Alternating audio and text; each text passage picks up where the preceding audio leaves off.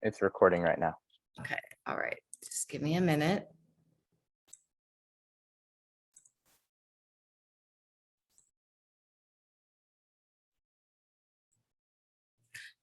Good morning, everyone, panelists and attendees. Welcome to the 5th Annual College Panel. The panel was created and sponsored by MIMIA. We are the MiraCosta High School Band Alumni Association. So my name is Lily Chang, and along with Christine Cosner and Peggy Atsubo, we three are the founders of the Band Alumni Association. One of our goals is to be able to give back to our current band students. And one of the ways we're doing this is by asking our band alumni to share their college experiences. And we created a college panel to do just that. We hope that the information that our alumni share with you today will help you in your college exploration process, whether you are a parent or a student. I have been working with Max Simpson and Molly Grimes, the Costa Co-Band presidents, class of 2022, to present this college panel to you today. Max Simpson is our moderator for today's panel. Take it away, Max. Hello and good morning to everyone. My name is Max Simpson. I'm the former co-president of bands, just like Lily just introduced me. And Molly would also be here with us, but she's currently moving to Georgia right now to make her debut at Georgia Tech, which is a congratulations to her. Super awesome. But I'll be here to moderate the panel for you guys. Just a little introduction about me. I graduated year 2022. I play saxophone along with other instruments like flute, clarinet, piano, and such. I picked up oboe this last fall. That was fun for orchestra. I've done all 4 years of music at Costa with wind symphony, jazz, marching band, you know, all the fun stuff. I'm gonna be attending LMU, as you can see in my background, although I'm not going to be a panelist. So, but if you have any questions, of course, you can always text or email me or whatever. And I'm going to be majoring in political science, minoring in music, and my involvement in music at college is going to be my minor in music, along with I want to join the jazz band there. So thank you, and take it away to whichever panelist wants to take over. Sure, I can start. So my name's Alexandra Runnels. I graduated in 2021. My pronouns are they, them. I played the horn, French horn primarily. So I was in orchestra, I was in band, and I was in marching band. All 3 of those were for 4 years. So I got a few different ensembles under my belt. And to continue it into college, my college is a liberal arts college, so we don't have a marching band. And so I joined orchestra, and I'm really loving it. I'm majoring in linguistics and Russian and Eastern European studies, so I'm a double major. And yeah, I think that's about it. Like I said, I'm going to Pomona College. Here's our little gates, and that's about it. I guess I can continue on with the liberal arts college theme going on there. Hi, I'm So. I graduated in 2019 from Costa. I was part of the band program for all 4 years. I was in marching band all 4 years. I played trombone, and baritone. I played trumpet freshman year, but we don't talk about that. And I was also in orchestra my senior year, also playing trombone. And I am majoring in creative writing at Oberlin and minoring in music and cognition. It's like music psychology, how the music affects the brain. And for my minor, I had to be part of marching band at Oberlin for 1 year and part of at least one ensemble. So I was part of wind ensemble my freshman year, but I'm still now just studying music more than I'm actually playing, but I still play piano and I'm teaching myself guitar now and still playing trombone. But yeah, I go to Oberlin. I don't know if I said that, should have been the first thing I said, but here's our wonderful campus and our cool, great buildings. I don't know.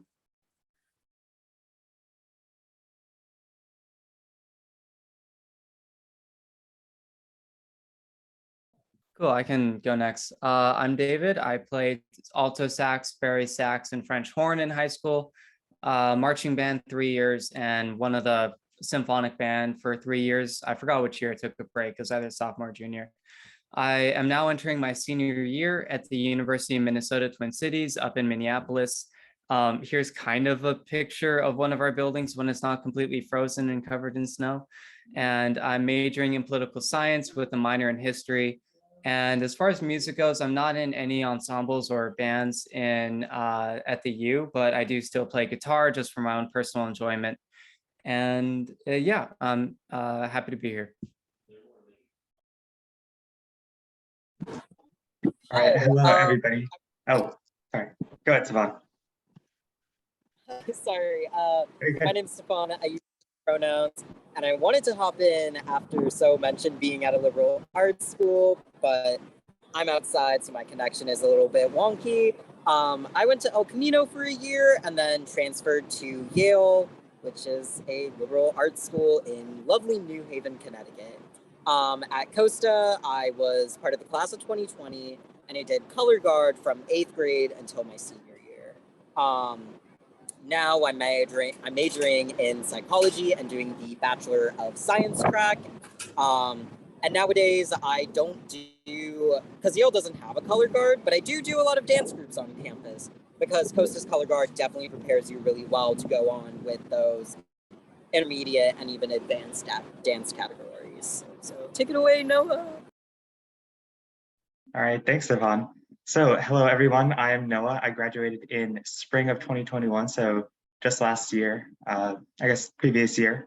And yeah, I played bassoon in the concert bands as well as the orchestra in the pit orchestra, as well as saxophone in the marching band and in the jazz band. And I am currently at UC Berkeley for electrical engineering and computer science, which doesn't have a whole lot of music in the major, but I am also in the Cal marching band on tenor sax. So if anyone has any questions related to that specifically, or also to college marching bands in general, I can also help take those questions. So yeah. Alrighty, I'll back Noah up. My name is Dexter Brown. I graduated in 2024 from Costa, and I'm at UC Berkeley now. I played saxophone in jazz band all 4 years, and then I was band president, and I played bari sax and marching band all 4 years. And let's see, what was the question? My major is cognitive science, and I'm getting a minor in computer science. And my involvement in music at Berkeley hasn't happened yet. I would love to be in the jazz bands, which is student run. They have some awesome jazz combos, so I'm looking to do that. And I'm also working on music production and a little bit of DJing on the side. Hi everyone, my name is Neil. I graduated at Costa in 2021. I played piano in the jazz band and clarinet in marching band and wind symphony, as well as pit orchestra. Thank you for reminding me of that wonderful time, Noah. I am attending UC San Diego, majoring in biochemistry. And in terms of involvement in music, I have a keyboard in my room, and that's pretty much as far as it goes. Cool. I'll continue with the SoCal schools. My name's Maremi. I graduated in 2020. I played alto sax in the concert ensembles and jazz ensembles, a little bit of flute too. I'm attending UCSB or Santa Barbara with a major in chemistry and a minor in music. I'm also in the jazz ensembles there, and they're really fun. And they also have a pops orchestra, so I've been doing that. And I'm also in a few bands outside of school, which is fun.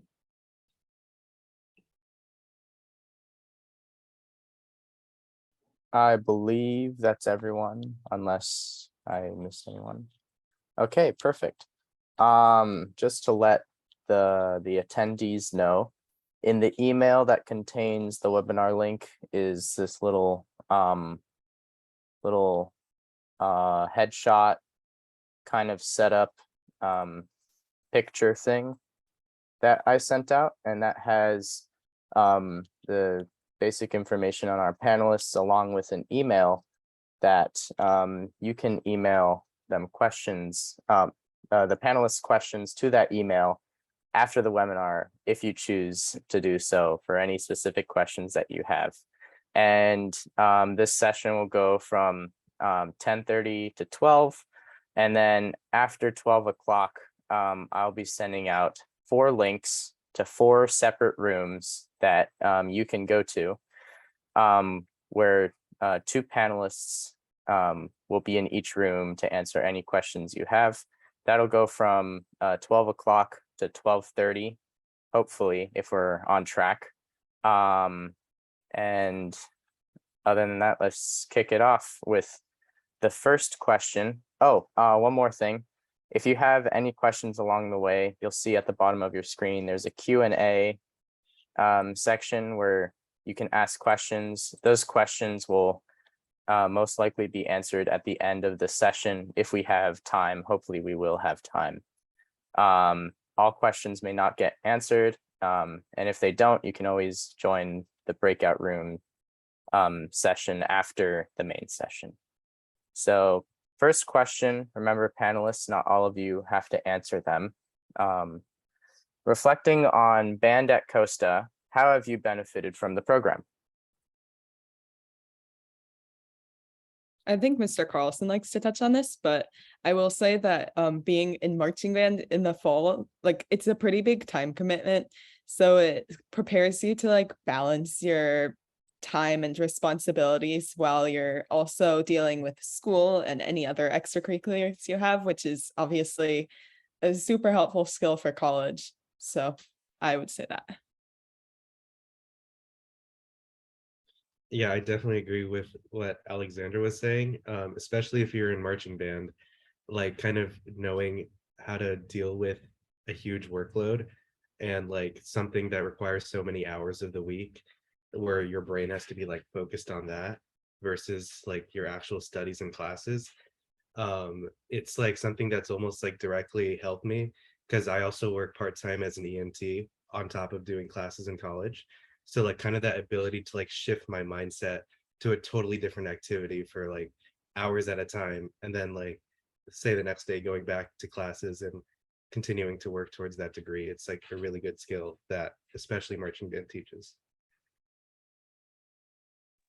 Yeah, I completely agree. Marching band is also the thing that benefited me the most. I was low brass section leader my senior year, and that definitely taught me a lot of skills about leadership. But even if you're not in leadership at any point in your band or orchestra career, there's still ways to learn those skills. And I think that for me, it taught me how to work with people who are younger than me, how to be patient, how to work together as a team. And now I'm working. My job here at Oberlin is I work as a tutor in a 5th grade class at the elementary school that's in town. And it really, sometimes I'll tap into my like section leader voice or section leader skills to deal with a situation that might be to dismantle a tough situation, because band really taught me to, manage a lot of people and come together for a common goal.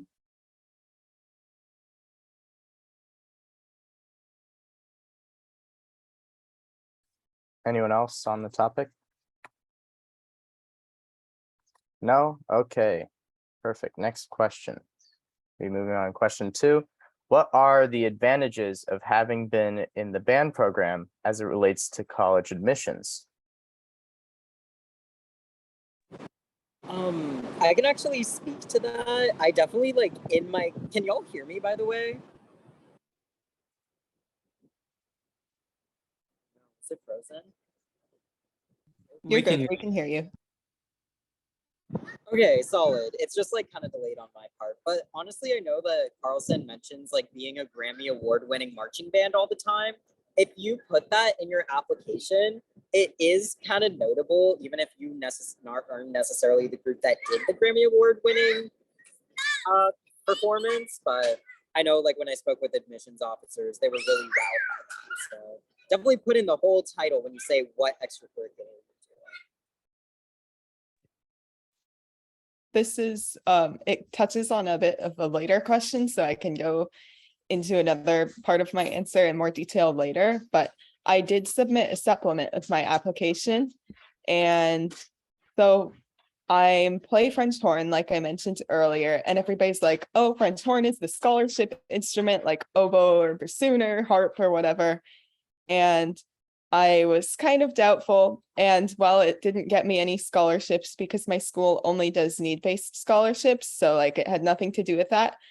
Because I sent in a supplement, the orchestra director, after I got in, reached out to me one-on-one and like talked to me about orchestra. So I think that the fact that they like needed a new horn player in the orchestra and that I was like interested in that because I sent in a supplement definitely like had a hand in my admissions process. So I'll talk more about supplements later, but I do think that it helped a lot.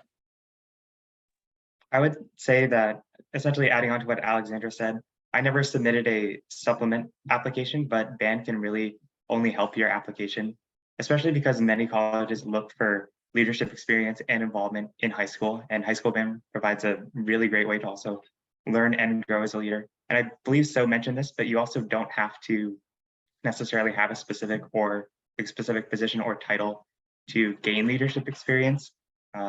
I remember that it was like drilled into me that every individual is like super important and can demonstrate leadership prowess early on. So that mindset will definitely carry forward into your other activities and also into college admissions as well.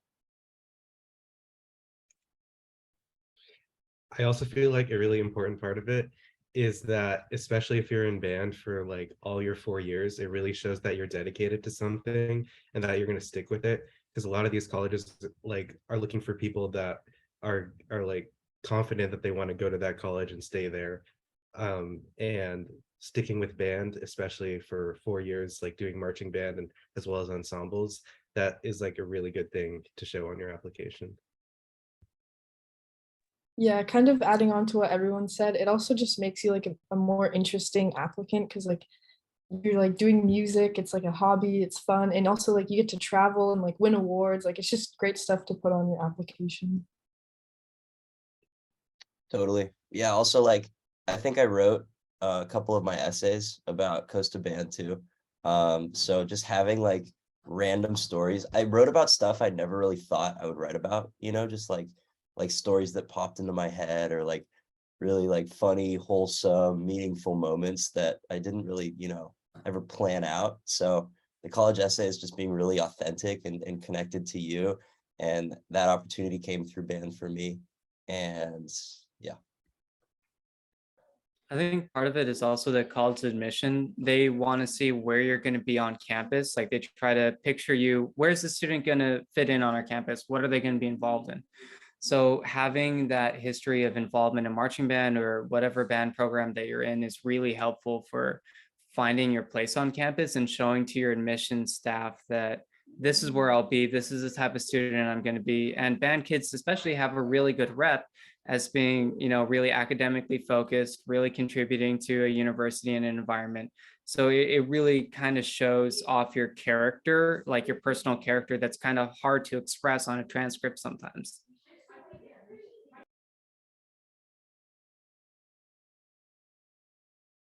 All right. I can confidently say we wrapped up that question pretty well. Question number 3. Top 3 college application process lessons that you learned. Yeah, this one doesn't necessarily have to do with band specifically, but I always like to mention it because I think it's really important. For me, the recruiter, I guess you would call him, the guy who reads all the applications for some of the applications for Oberlin, came to Costa in like the College Career Center and did his like whole spiel. And then I was one of 2 people who actually went to that. So that already was like, go to the College Career Center, like go there and go to the things that you for the colleges you want to go to. And I talked to him right away, got his information, got his email, and then that was in October of 2018. So before I applied. And then I continued emailing him, asked him questions. He asked me questions that I answered all throughout the college application process until I turned in my application on like January 5th of 2019. And then during like that waiting, the worst part where you're waiting, you know, did I get accepted? Did I get rejected? I was emailing with him back and forth, and he like told me that there was like this interview that was going on in LA for Oberlin students that I had not heard about anywhere else, was not advertised anywhere else. And I was one of 10 students who knew that this was going on. And so I went, and he assigned me an interviewer who he knew very well and knew that I would get along with. And then I interviewed for an hour longer than every other applicant who was at this location, and just introduced myself to every other interviewer who was there, who were like all alumni. You just get in there. Like, that's my main advice, is you just find somebody, even now, like if as like a sophomore or a junior or whatever, if you're not even a senior yet, if you can contact a person who you know reads applications, like an admissions person, do it and just be like, hi, I'm so-and-so, and I really want to go to this school, and like introduce yourself, tell them about your hobbies, tell them about band, tell them about your skills, you know, send them your resume, stuff like that. So just really get in there, and they will see that you are dedicated. Definitely showing that you want to go to the school is the most important thing. I have a couple things. Oops, sorry, Stefan. Do you want to go first? Okay. No, you Okay, can go first. I'll go after you. Okay. Number one is like incredibly basic. I did not take this advice. Please, guys, please listen to me. Try and get your applications worked on over the summer. I was trying to do like all my essays and all my supplements in the fall. Just don't. It was really bad. Like, it all worked out. I was just like working really hard. Wouldn't recommend it. Number two, if your school has like,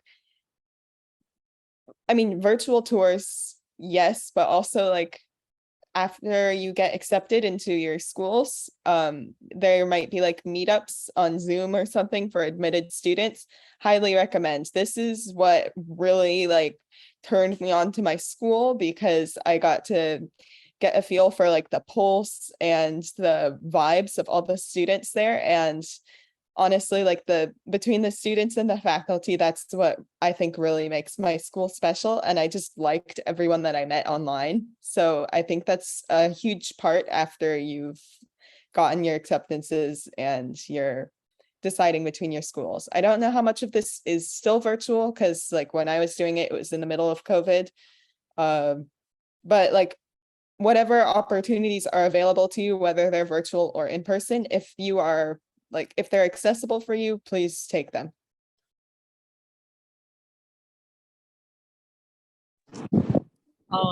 I also want to like sort of mention, I guess like I'll go next.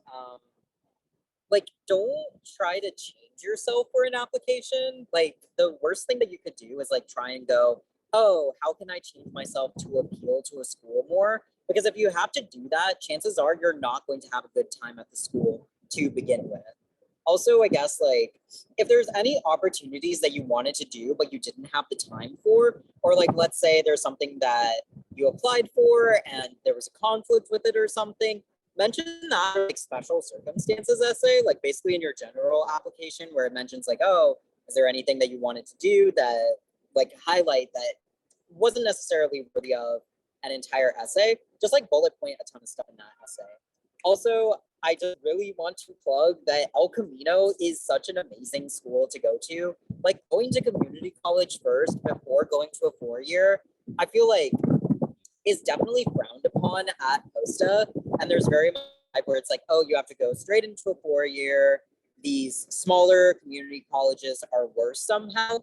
I was actually able to participate in a research conference and have research published at like El Camino. I got to participate in UC Irvine's honors research conference. And when I interviewed for Yale for transfer, they were like, whoa there. Even like, this was during COVID especially, they were like, wow, even like pre-pandemic, students would not do this in their first year of college. And there's a lot of like very unique opportunities that you get at community college. And especially like in California, your first 2 years of community college are free because of the South Bay Promise. And it's just, I cannot emphasize how amazing community college was. And I was basically like transferring after a year because like I'd taken so many AP credits at Costa that there was a possibility that I could graduate early from an institution that I transferred to. I think, David, you mentioned that you're graduating like this year. You were in my class year. Are you Yeah. graduating early? Yeah, I'm graduating in Yeah. 3 instead of 4 because I took a lot of AP credits, and because of COVID, my freshman year was online, and when online, you can just overload your schedule and be okay. So that's what I did, and now I'm graduating in 3.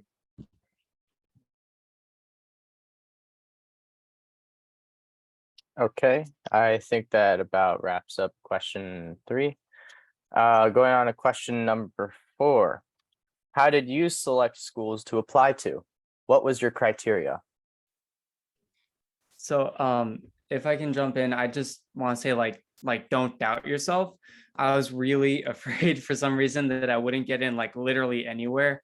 So I applied to, I think it was like 22 colleges. I shouldn't have done that. It was such a waste of time. I stretched myself so thin, paid like so many like application fees, and it was horrible.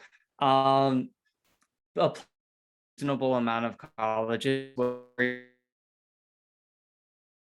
for you will get in somewhere, and even if it isn't your specific goal or your specific dream school, like the University of Minnesota was not the best school I could afford to go to out of what I was accepted into, but it's still about like what you apply yourself to, how hard you work, what connections you find, and that can really make whatever school you go to into your dream school, even if it isn't the one you set out to like enter into.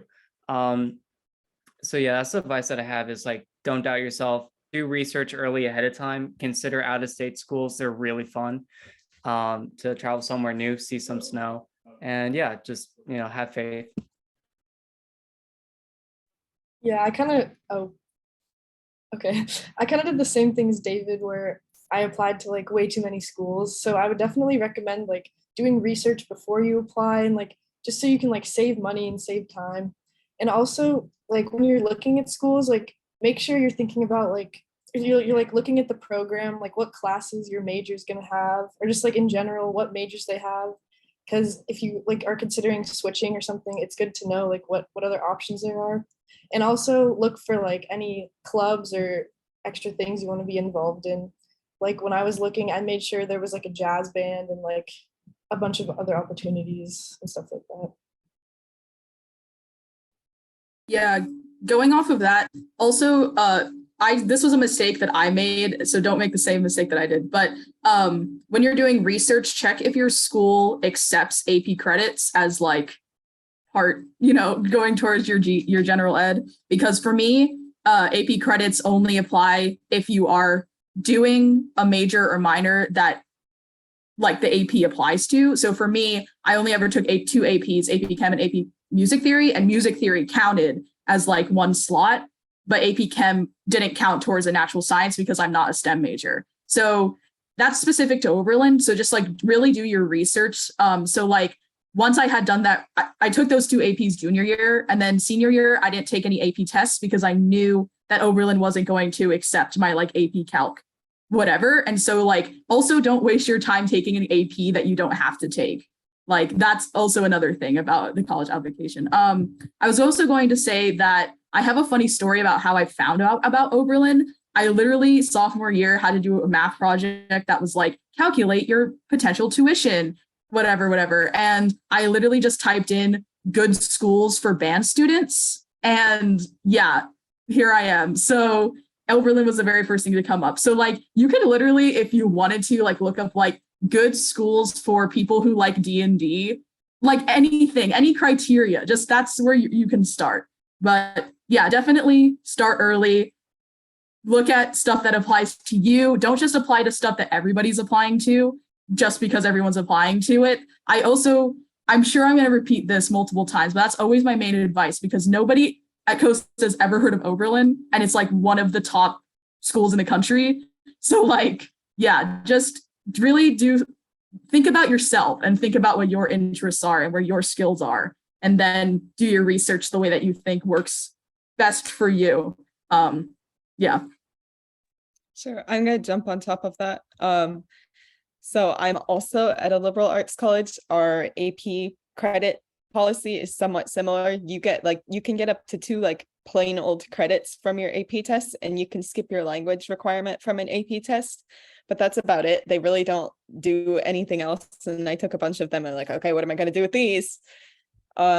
Regarding my college list and how I decided that, I was going into like college admissions season, and for like a solid year before that, really wanting to major in horn performance, like as a music major, right? And I did all my application. I created my own list that had schools with like great horn professors and great music programs.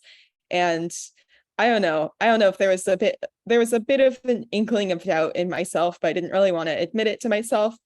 But my parents were really helpful in this process because they had some schools that they wanted me to apply to that weren't on my radar because they weren't as music focused. So we created sort of a compromise list, and one of their contributions was Pomona, which I secretly really liked, but didn't really want to admit it because they didn't have like a conservatory or music school or anything like that. But then I was going through the process. I got accepted into like the colleges with conservancies and stuff. I took lessons with their horn professors. And that was when I took a lesson with Dale Clevenger, who's this really famous horn player who teaches at IU. I was like, oh, wait, I actually don't want to do this. This is like one of those things that you really only should do if you're like 100% into it. And I was about like 50% into it. So that was when I made the switch. And I'm grateful that my parents and I have like a good relationship, and we were able to like make a compromise and talk it out. But if you don't have that same relationship with your parents, I would say just like try to create a list that appeals to like all the facets of your personality and all the interests, because that way, like, it doesn't need to be big. Mine was 11 schools, which isn't as big as a lot of other people that I know applied, but just something that you like, you might grow and change when you're completing your applications. So just to have something to fall back on that you know you'll be happy with no matter what path you choose to take. I want to jump in really quickly. You might be slightly over time on this question, but just a quick note. I just really want to echo what both Alexander and So said about just really applying to schools based on what you like and center the process around you, because at the end of the day, it's really about you enjoying your school and being happy. And also make sure to be flexible as well. Like, kind of funny, but I was like pretty set on trying to go to like a really small school, maybe like 1,000 to 3,000 students. And because that's what I thought would work the best for me. But here I am, I'm at a school with what, 30, 40,000 students, and I'm having a great time. So if you really won't know what you like unless you go and experience it. Maybe you'll find out you were totally right, or maybe some things were a little different, and that's all right. It's just the nature of the process. So maybe talk to some alumni and current students and take some tours as well to really get the vibe of the school, as was mentioned before. And yeah. Totally. Yeah, I would say, I mean, college is like, oh, sorry, Stefan. College is like the biggest time for change as an individual, at least for me. And lots of people like really learn about what they're interested in and like just like how life works and everything like that, you know? So having a college that's flexible with that is really amazing. So many people at Berkeley change their majors multiple times. I've changed my major once and I'm considering doing it again. And it's a really supportive process, even at such a large school. And that was really important to me. Also, like knowing if your school has Greek life and what that means and the different communities that you kind of want to put yourself into and join. I would also say, don't apply to a school you don't want to attend. If you want like a safety school, that doesn't make any sense, because if that's the school you get into, you're not going to go. Like, it would be better to go to community college and transfer to an excellent school than to go to a 4-year school that you don't see yourself going to. So think about every application individually and don't like say, oh, I'm applying to this school because I applied to these 4 schools. And if I don't get into these 4 ones, then I have this one. But well, no, just go to community college and then transfer to the school of your dreams, you know? It's also okay to like make the mistake if you end up at a college that you thought you'd like. You can transfer from 4 years. Also, definitely bumping the fact that like a lot of schools will have webinars. I actually work with Yale this month to do like webinars every Wednesday. I think it's like 10 o'clock y'all's time in the West Coast, and it's 1 o'clock our time. So not to plug that, but also webinars are the school. I believe that just about wraps up question number 4. So we can go to question number 5. Did you have help with the application process, or did you do it on your own? Did you get help from band members? Yeah, so definitely lots of band members were very helpful, especially some of the older people who have gone through it. The current seniors, when I was applying, you know, were really good, and other people I knew. Getting like as many eyes on your application is amazing because they can read it and give like a third party perspective on who you're coming off as a person, and they can, if they know you well, you know, they can kind of say, oh, your application really reflects you as an individual. You're not trying to be anyone else. Which is really important to just stay grounded during the process, especially during the essays. I also did get third party help, and that was from, you know, an amazing individual, but they also pressured me to apply to a lot of schools in a way that I don't know if I would have done on my own. So really know yourself, and if you're getting pressure, you know, if you know it's not warranted, then you don't need to take it. Yeah. Yeah, kind of adding on to what Dexter was saying. I did have like some of my peers like look over my personal statements and stuff, like people that know you really well, and that like they can tell if you're being authentic with yourself and how you like put yourself out there. Another thing I did is if you're really close with like a teacher, like particularly an English teacher, like I was pretty good friends with Mr. Holland. Like I had him look through like a bunch of my essays, and like he gave me some really great like feedback on it. So like someone who knows like what they're looking for. On the other side of this, not necessarily essays, but visiting colleges. For me, this happened like right before COVID, but my family went up north and we visited a couple colleges up north, including Berkeley. And one thing that I did before the trip happened was I reached out to band and orchestra alumni that were at those schools. And so at Berkeley, the wonderful Hunter Cross gave me a little mini tour. It was really great to see them, but also just like, it was nice to like be able to connect to someone I knew one-on-one and just like figure out their experience at their school. So that was something that I really enjoyed. And just a little mini plug for my school, we're an hour away from Manhattan Beach. So I would be so happy to give anybody who's interested a tour if you email me. I want to second that really quickly. I remember I actually reached out to Dexter as well after I got accepted, and he gave me a tour of Berkeley. That especially just reaching out to alumni and current students, just because they're 99% of the time more than happy and would love to give you a tour and show you around and tell you all about their school. Yeah, real quick too. I reached out to Hunter, got a tour, it was amazing. And also talking about the college that they're at, you know, they won't sugarcoat it. They will tell you all of the good and also all of the bad, which is very important. You know, I remember Noah was between Berkeley and UCLA, you know, and I was like, you don't need to come to Berkeley. Like, it's like, I'm not going to sell it. You know, I want the best for you and what's going to work the best for everyone. Yeah, I guess this gets into supplements that we'll get into later, but I submitted some original musical compositions because we also have, you know, a conservatory at Oberlin, and I sent it to people who were, so I was a senior, so people who had just graduated, people who were seniors when I was a junior, and asked them, like people who I knew were really great composers, and I was like, hi, can you listen to this and give me feedback? So again, yeah, just really just reach out. Don't just sit alone in your room and fill out your application. Like, even if like you feel really protective about it, even just having a parent read it and like give you feedback is good. But yeah, just definitely don't just be like, I have to handle all my situation, I just can do it on my own. Like, really, really try to reach out. And also, yes, I don't know what number we're on, but I also, if you want to ever have a tour of Oberlin, if you're ever in Ohio, I will 100% give you a tour. I love Oberlin so much.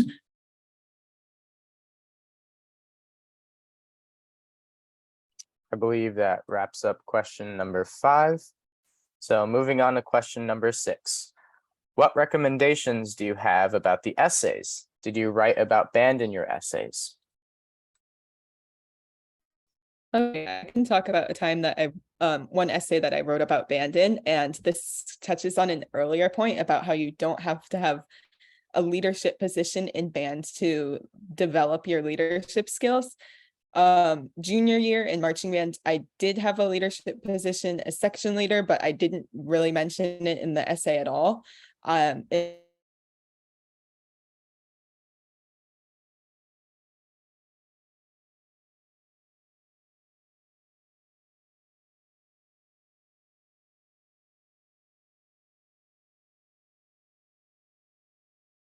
I did write about band in my essay.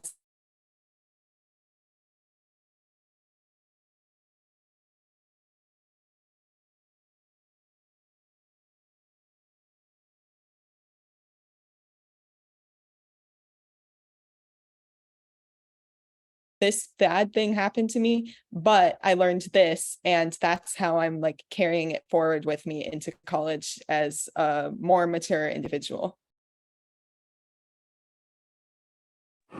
It's great to write your essays as if they're like a story. I think that for a lot of folks who write, they're not very like comfortable with writing. Honestly, look at a prompt and like get a friend or like just speak into your phone as if you were telling the story to someone else. Like, and then basically just like speech to text it if you like really struggle to write like on the fly like that. And just speak to what you want to write about. Like I mentioned earlier, do not change yourself for a school. Do what you're passionate about for your essay, because it's going to show through like a lot more about like what you're happy and passionate about, and it'll be a way more honest reflection of yourself or this institution than if you do what you think they will like. The best advice that I got about writing college essays was from the admissions guy who I was in contact with, and he told me, okay, so a lot of people will write about like their grandmother, like how, like something great that their grandmother did, or something great that like their family member did, and how that's so inspirational for like how they want to live their life. And Jim, the admissions guy, was saying, don't do that, because that's not about you. It's not about you and your achievements. You want to focus on something that happened to you or something that you've been thinking about. The school isn't accepting your grandmother into the school. They're looking at you and trying to accept you as an individual. You're the one who's going to go. So if you have a story like that, where you're just aching to write it, you have to write about something great your grandmother did because it affected you in such a way. Make it center on you. Like you are the person. You're allowed to be egotistical in the college application process. You're allowed to be self-centered, and just allow yourself to really like reflect on who you are as a person. That's definitely something that helped me a lot, was just like sitting down and being like, what is it that I want to do? So just focus on you. You are the person who is applying. I wanted to say I got a lot of pressure to start the application over the summer. And what that turned into was me spending my summer like stressed about the application process. But what really comes for a good essay is I didn't end up doing it over the summer. Instead, I like took that pressure and said, this is not beneficial for me. And I did some soul searching, and I went out in nature with a pen and paper, and I thought about myself and what I want. And like, that's a lot more important than being like, oh my gosh, I have all these essays. Let me make a big checklist. Let me start frantically writing because I need to get stuff down on paper right now. And it's July. It's like, no, you don't need to do that. Like, I think I wrote a lot of my essays pretty last minute. That's just how I function in general. But I already knew kind of what I was going to write about because I had thought about it from like a personal perspective. So don't do it for anyone else. If your mom's screaming at you to write your college essays, you know, she's really just asking you to think about it and start the process like mentally. Don't frantically write stuff. Don't write stuff that you don't like. And you have a lot more time than a lot of people say. It's a stressful process, but it was a lot less stressful than I expected. I'll be honest. So this is just another random essay tip. I would say it really depends on who you are as a person in your like creative process and how you write. But for me, I wasn't really sure of like the mood and sort of like how college essays were supposed to be structured. So what I did for a lot of my prompts was I just like had a day where I just like read a ton of examples. And if you feel like you would like be susceptible to like plagiarism, then don't do this. But for me, it just helped me get a general like vibe check on everything that I was reading and sort of inspired me to think about like frame my life in these college prompts and think about how like what events I wanted to write about.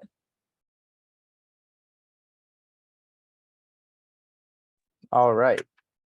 Moving on to question number 7. Share your advice on applying to college during marching band season. How did you manage marching band, school, and college applications in the fall?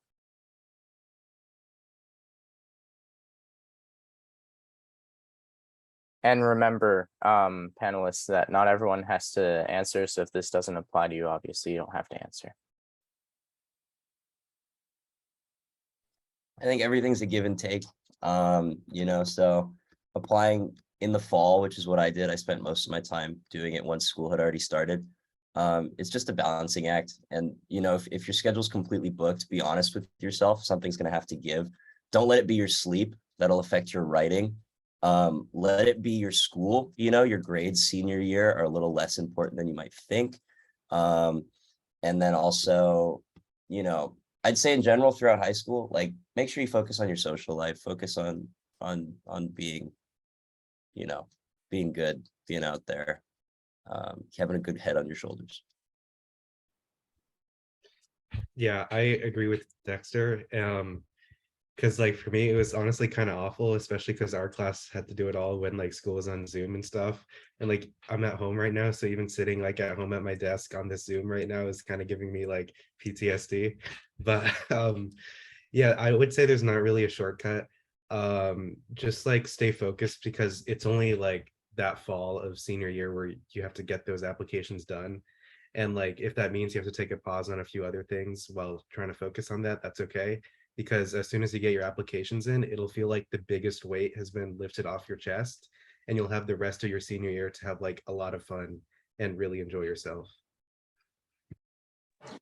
I will say I like got my applications done over the summer and submitted everything like basically before band season started. And I had such a good senior year because I wasn't thinking about like college apps at all because I was already done with it. That being said, most people do not operate that way. So as much as we could say like start early, start early, start early, there inevitably will be people procrastinating. So honestly, by start early, like what Dexter mentioned about like, hey, starting early just means thinking about it early. That's very good. Like even just looking at the prompt like every so often and going like, what do I think about this? That's going to be more beneficial for you than like Dexter said, like being like, I need to write this right this second. Don't like force it to come out. Just let it marinate in your little brain a little bit. It's sort of like doing mental run-throughs, but with an essay. I actually have been thinking about this a lot this summer because it's my first free summer since COVID started because of crazy stuff. But like I realized that, I mean, at least for me, I can get a lot of things done in an hour. Like just know how you work, know how your brain operates, know your work ethic. And like, I know it's 2022. I know we're all on TikTok all day long. get off TikTok. Like you can be on it for like half an hour, but like set a timer, you know, just like really watch how you're spending your time. Even if you're younger now, like if you're like a freshman or a sophomore or, you know, an early junior and you are not yet doing the college application process, just start now thinking about how you spend your time in general and what the best way is to manage it. And that will help you like once you are like also applying for jobs and things like that. Just like know like, okay, every day when I wake up, I have to spend half an hour like reading or like something like that. Like know that about yourself and know how you work. Know how long it takes you to eat a meal.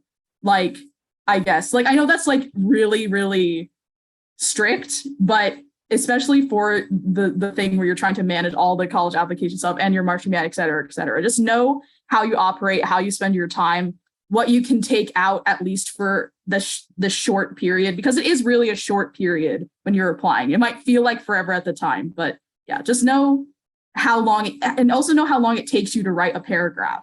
Like stuff like that will really help you manage your time. I would say it helps to really start at at your end goal and go through all the essays and all the prompts you have to complete and then work backwards and plan from there. Say like this weekend coming up, I have a month before the deadline, so I'm going to get done.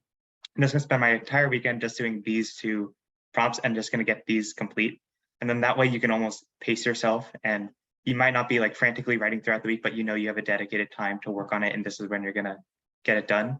And also don't be afraid to reuse your essays for different applications as well. Like that's super helpful. Like I had one essay I think I used for like in almost all of my applications. I just like maybe deleted some words to get rid of to get down to the word count, or maybe added a couple here and just like had like the giant essay, maybe it was like 500 words, and then just edited, trimmed it, did whatever to fit within the guidelines. And make sure if it's like for a specific school, like why should I go to the school, that might not be the best essay. But if it's about you, like if it's a personal story, then it 100% will work. And make sure it's really it fits within the prompt as well, and you'll be golden. Yeah, ironically, just a quick note, ironically, I think it was my reused essay from my USC application that appealed to my Pomona College application admissions officer, which is just really funny. So like totally reuse your essays, just double check the prompt and everything.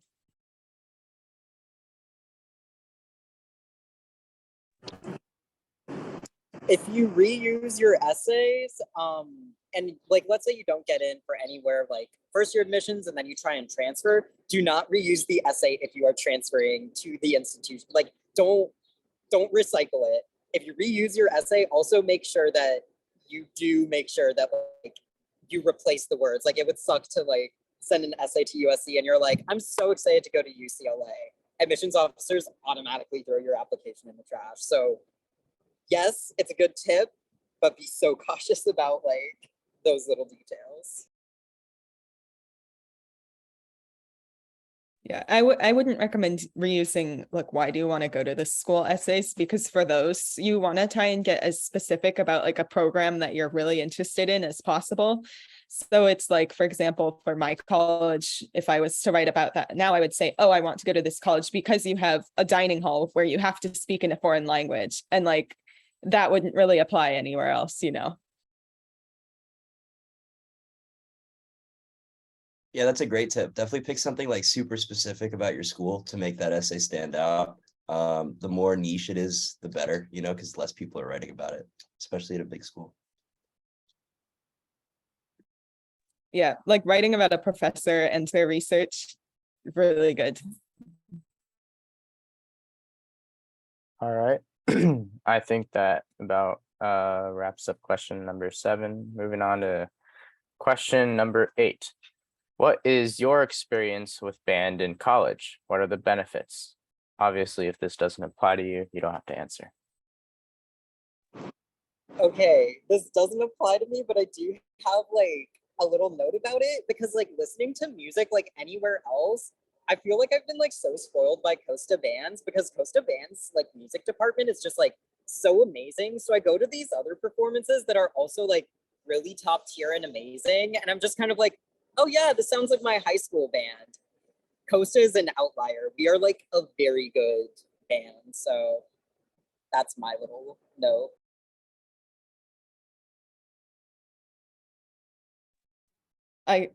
You can go, Remy. Oh, okay. Yeah, I can speak to this one for sure. So, like I said, I'm in the jazz ensemble at UCSB, and I really recommend like doing some kind of music if you can, because I've made like all my best friends here. Like, I'm gonna live with someone that I met like the first day of jazz band, like next year, and it's just really fun to like get to use like the skills that I learned at Costa, and yeah, keep that forward. And also, I'm also in the pops orchestra, and I do that with my roommate, so it's just a really good time. Like, you just can like make a bunch of friends and have a good time. And also, I'm in some bands outside of school, because UCSB, there's like a lot of like, there's a big music community kind of like in the little college town next door. And so I'm in a funk band. We had like a bunch of horns with like guitars and bass. It was super cool. It was really fun. So yeah, you can just like find those experiences anywhere, and just like it just makes it way more fun in my opinion.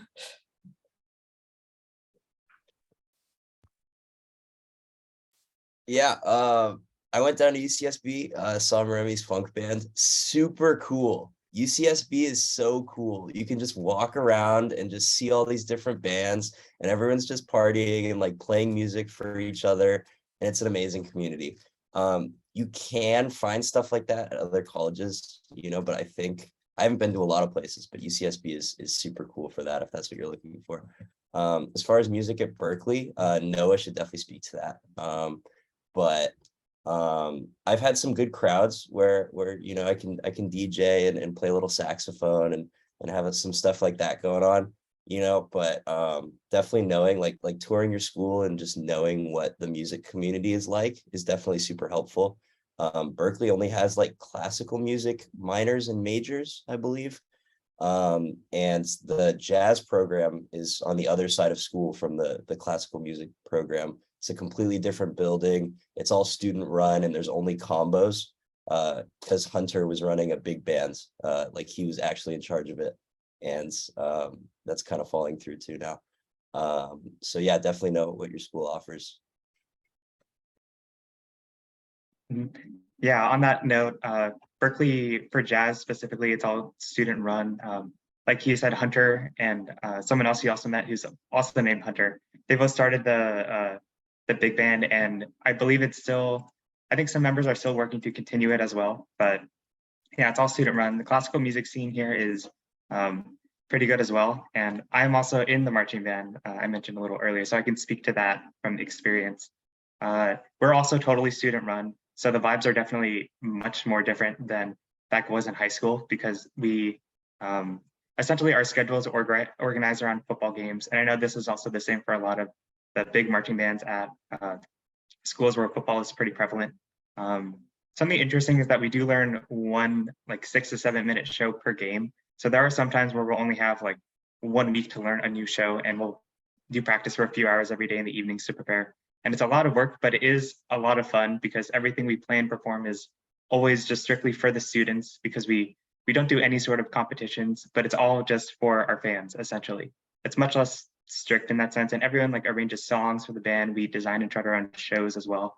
And it's just a really fun time in general. Like this year, we're doing like a Phineas and Ferb theme show. We're doing like a Lizzo show and like all these fun stuff. And yeah, I can talk about this for hours. So if you have any specific questions, just find me in the breakout room or shoot me a message.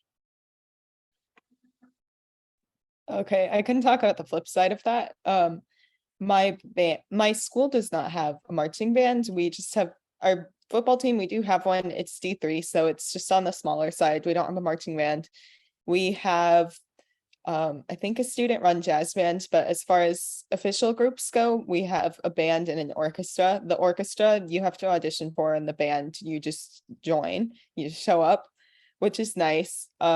People are talking about how Costa band is like so good that it gives you like a really high standard for college bands. And this is one of the things I was worried about, because I was worried about like taking a downgrade with music when I was going to college. And like it was a valid fear, but here's the flip side of that.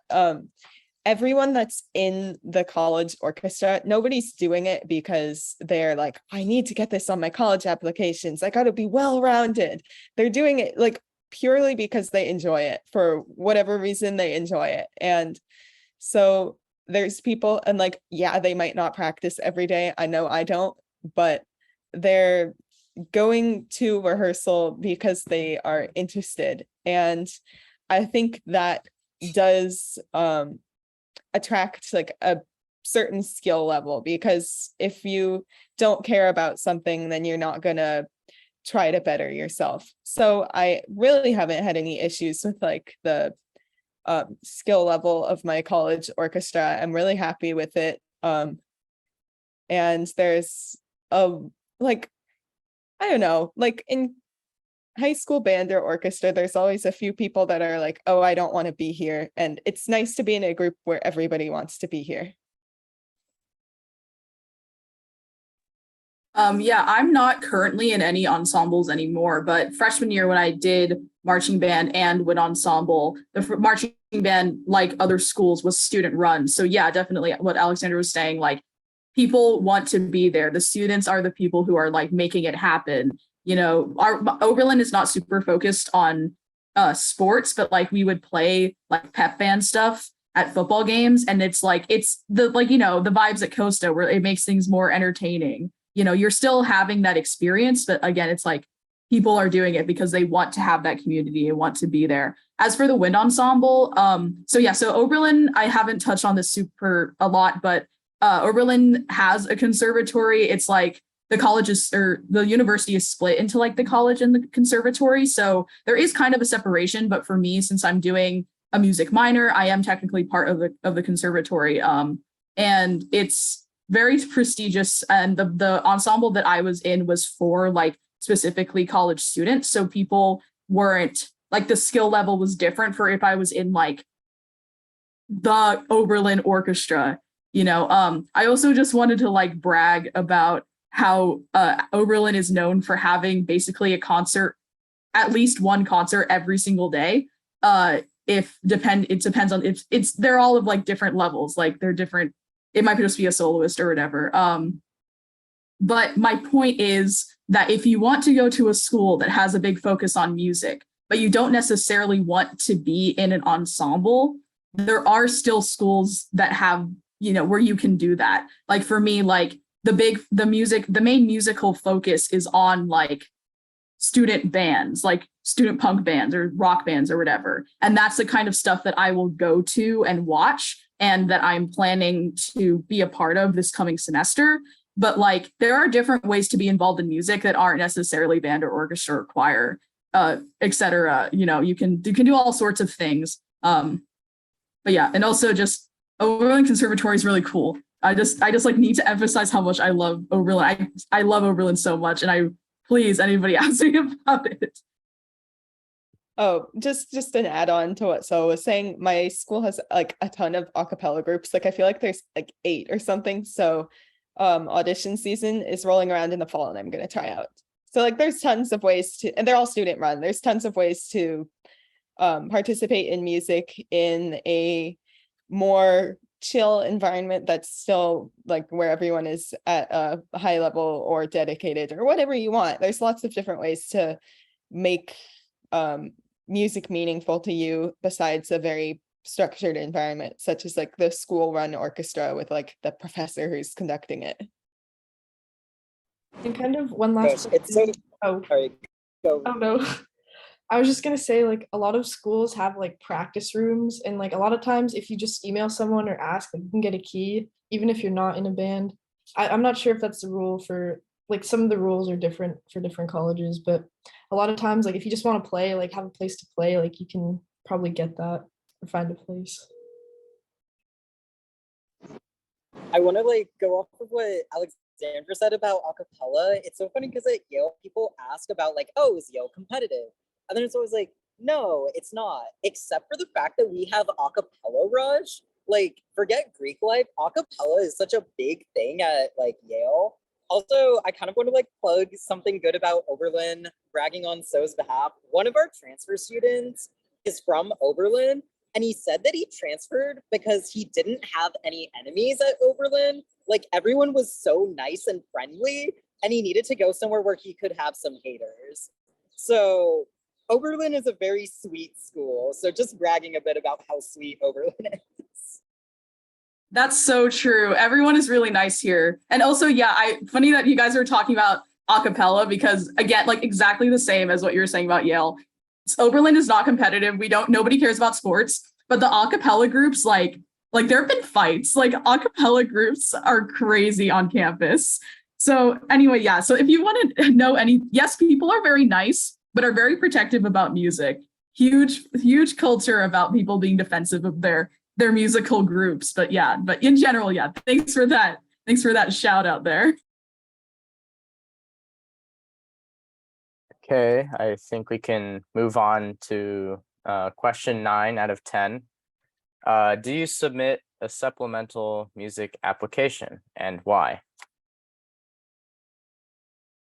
Okay, I guess this question was made for me because I did submit one. So the reason why is because I was applying as a music major, and for a lot of the schools I was applying to, it wasn't supplemental, but it was straight up required. And so I had like a billion videos and recordings of me playing, and some of them you had to choose like a specific excerpt or like, oh, play scales, play this etude, and then play this orchestral excerpt for like classical music and stuff.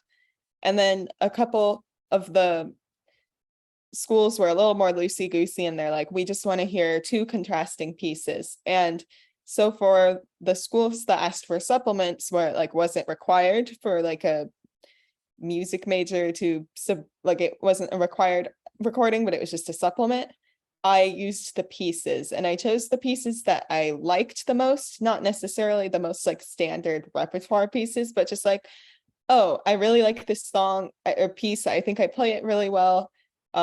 It's fun for me, so I'm going to submit it. And I can't remember which ones I submitted for Pomona, but I do think they played a role in my application because it showed like my technicality and my skill level with the instrument, but also just that I was interested enough in the music program to be submitting these recordings of me playing, which then the orchestra professor, I think Professor Lindholm, I think he listened to them and gave feedback or whatever to the admissions officers. But I do think that because I submitted a supplement and it was like a high quality supplement that I slaved over for a while during the audition process, it helped when I was seeking admissions to schools with supplements.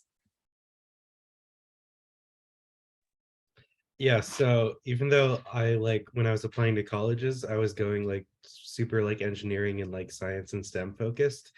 First of all, I applied to way too many colleges. I did like 20 applications or something.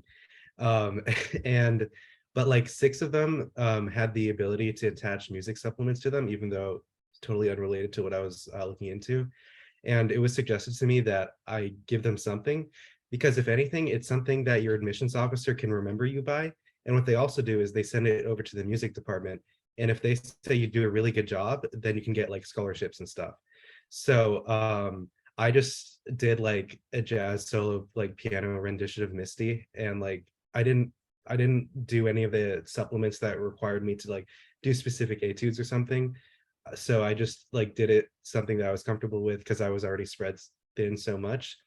But all the colleges that I got accepted into that I also did a music supplement in, I did get some amount of scholarship from. So if you're confident in like your music and you can just put something together real quick like that, then it could really benefit you, even if you're going to something totally different.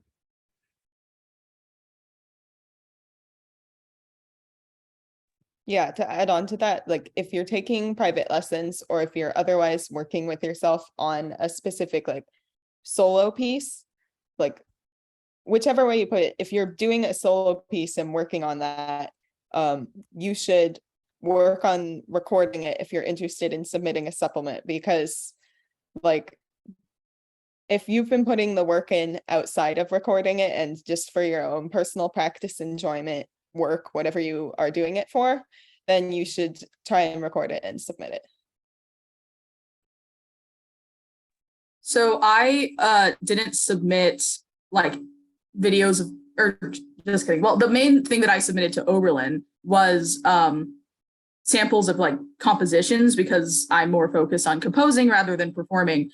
And a mistake that I made was I just had everything like played out on GarageBand, like with like digital instruments. And I heard afterwards, like after I'd already submitted it, that schools, if you are doing a composition, will want actual people playing the thing. Like I still got accepted into Oberlin, but not specifically into the conservatory. Like I'm in the college doing, and then I got into the conservatory later. Like that is a big thing if you're doing composition specifically, like get people to play your thing when as you're recording. Don't just like do it on like your MIDI keyboard or whatever. That's very specific, but it might help somebody. All right, moving on to our 10th and final question. Just want to let the attendees know to start thinking of some questions that you might have for the panelists, because we'll probably have around 5 to 10 minutes to answer some quick questions.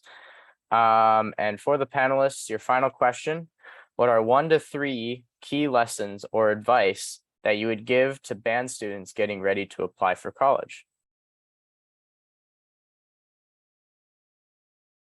I'll share, I can't think of 3, but I'll share 2. One is to look into financial aid and scholarships. That can really make a big difference in how well you can, sorry, there's a lot of background noise, how well you can like afford your college, whether you have to take a part-time job on the side, etc.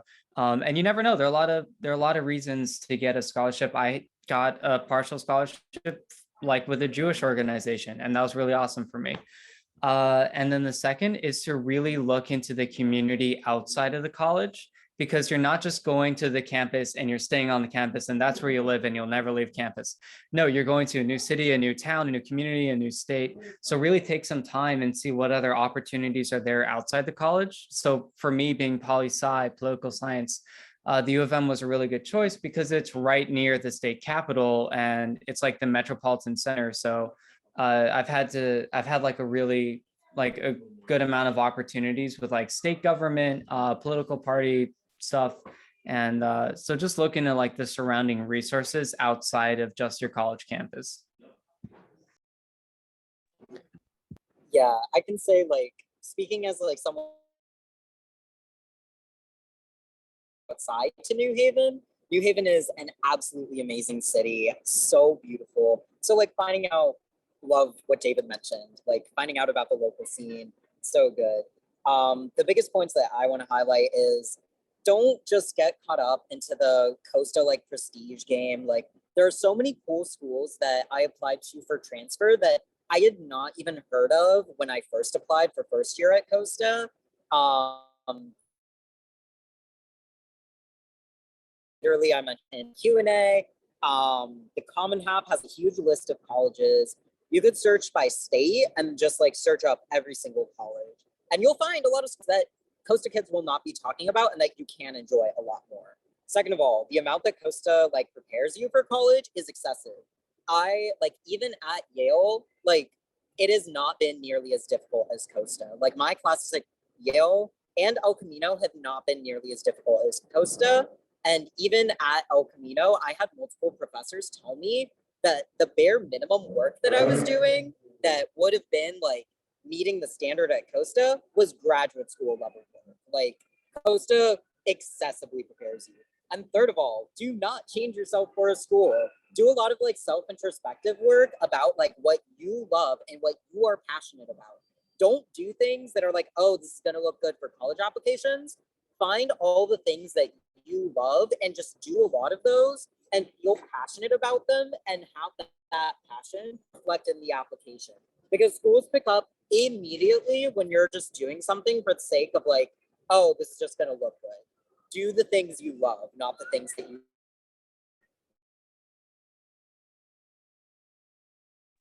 Okay. I'm gonna go and do the liberal arts college plug.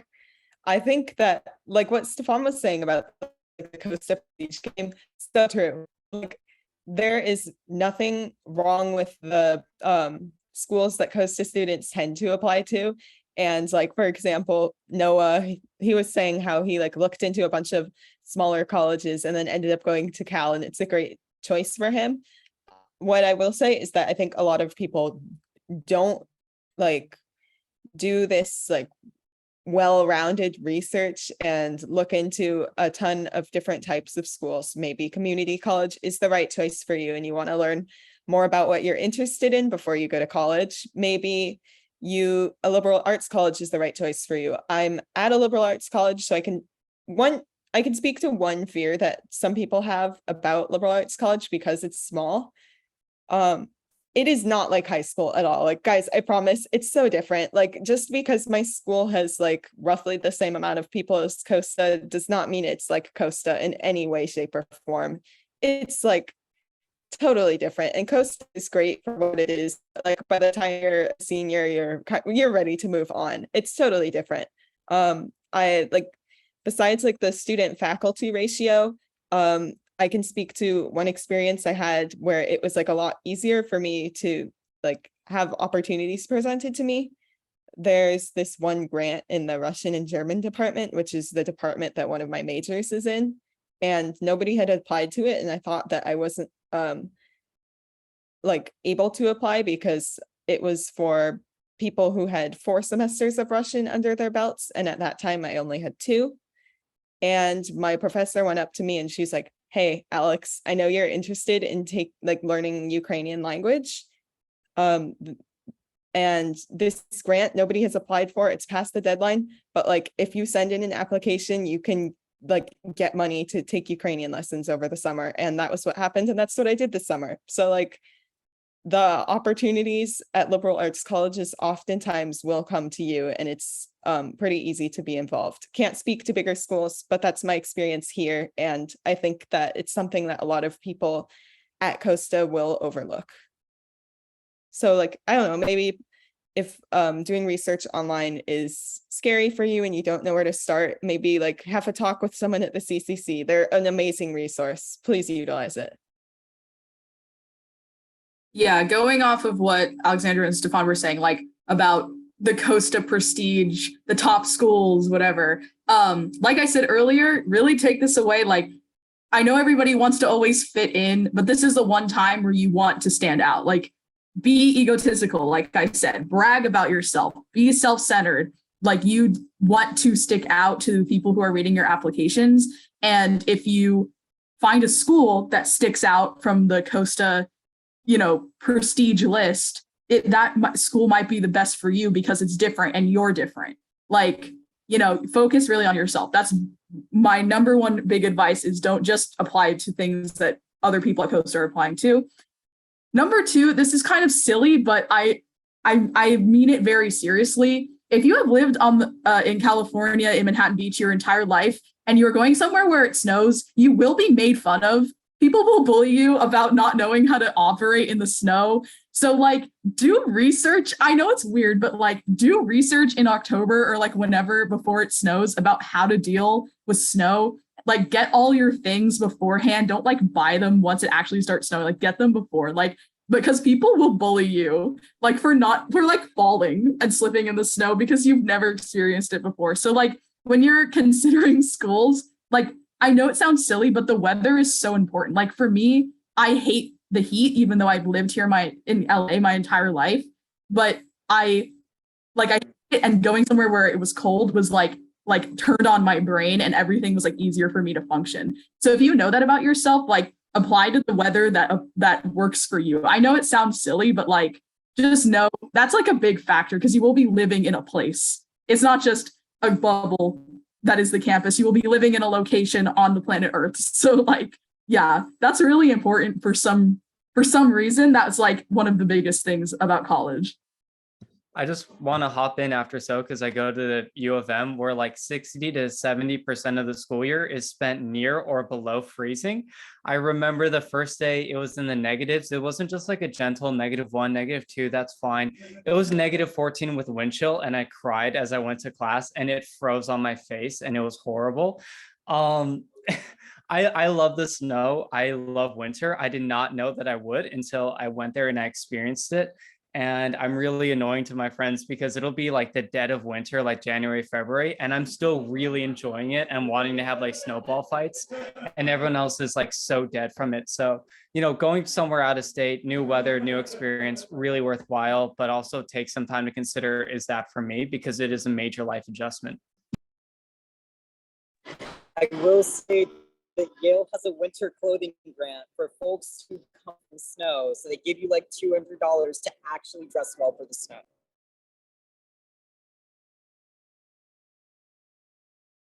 I know this idea has been echoed a lot, but really college is all about like change and finding out who you are. So just don't be afraid to just, try new things, switch majors or switch schools if you find out it doesn't work for you, because at the end of the day, it's really all about you and what's going to make you happy. So just don't stress and just focus on trying to enjoy your life, because you only have one of it. So might as well try and make the most of it and have a good time.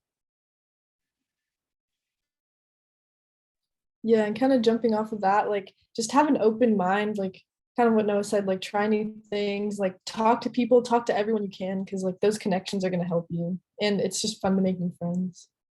Oh, to backpack off of that, one mentality I had in high school was like, I have to do this activity for 4 years because I love it and I have to start right away and like continue it. And like all the things I did in high school were things I was happy with, and I was happy that I spent all 4 years doing them. But in college, it's like you don't have to worry about like what admissions officers are going to think about your extracurriculars. So when you get to college and you're thinking about extracurriculars, join what makes you happy, drop what you don't like. And if you try something and you don't like it, I joined rugby for a semester. I really liked the sport, didn't like the team so much, so dropped it. I'm a lot happier without like being stressed about the team, and I'm not worried about like, oh, will it look bad that I dropped it? It's like, it doesn't matter. Just have fun, do what makes you happy. And now I'm trying out for a cappella next year, even though I didn't do it last year. So like, there's all sorts of things that you can try that there doesn't have to be like a continuous narrative. Just, it's all about you. Yeah, I wanted to say the biggest realization I had in college was like every day you wake up and you have an entire day to do like whatever you want, because you're living without your parents, you're living in this place that has so many opportunities, and you really don't have commitments to anyone except for yourself. You can sign up for stuff, you can do stuff, but it's like it's really flexible, and it really is about learning who you want to be. It's hard to stay busy in college, or at least it can be. It is a lot easier than Costa, or at least a lot less time consuming in many ways. So be prepared for that, be prepared for a mental journey.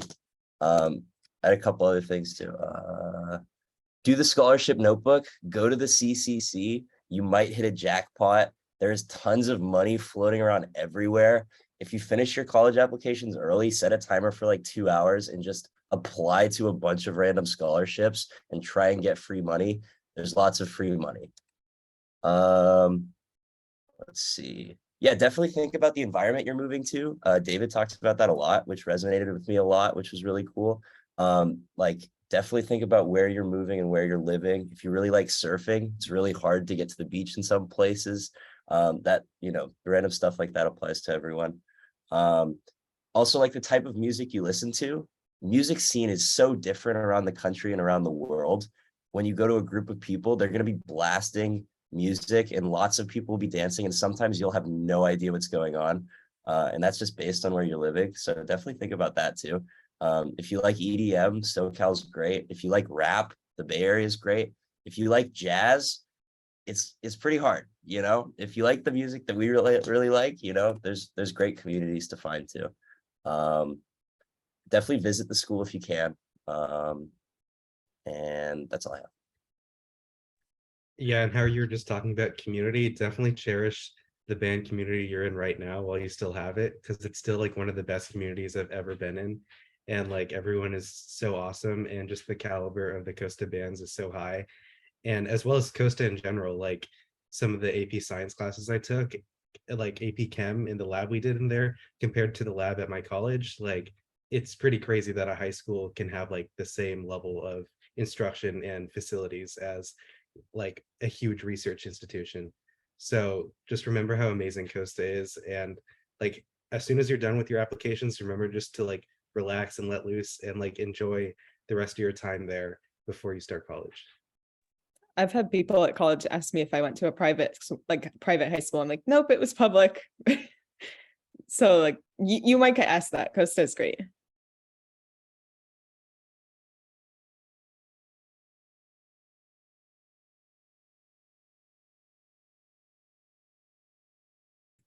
All right.